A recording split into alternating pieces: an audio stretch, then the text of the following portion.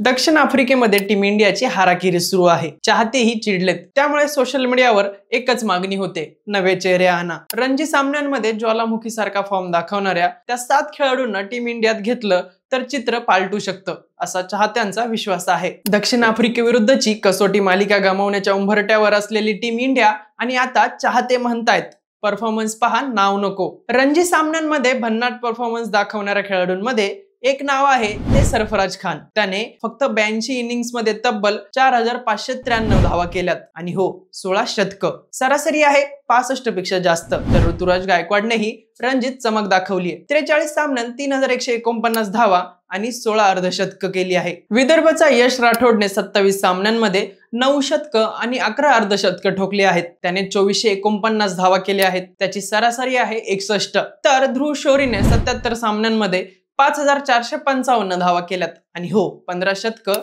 आणि 24 अर्धशतकं अशी भन्नाट कामगिरी त्याने केली आहे। त्याचबरोबर पृथ्वी शॉने 14 शतकं आणि 21 अर्धशतकं झळकावलीत, 5000 धावांचा टप्पाही पार केलाय। तर तमिळनाडूकडून खेळणाऱ्या एन जगदीशन याने 58 फर्स्ट क्लास सामन्यांमध्ये 11 शतकं आणि 16 अर्धशतकं केली आहेत। 47.59 च्या सरासरीने 3855 धावा करत त्याने स्वतःला सिद्ध करून दाखवलाय। क्रिकेट चाहते म्हणतात हे 7 जण प्रथम श्रेणी सामने खेळले नाहीत, तर त्यांनी बेस्ट परफॉर्मन्स दाखवून सिद्ध केलाय। देशांतर्गत पातळीवर अशी नवी टीम इंडिया दररोज तयार होते। आता एकच प्रश्न, निवड समिती नाव पाहणार की प्रत्यक्ष कामगिरी?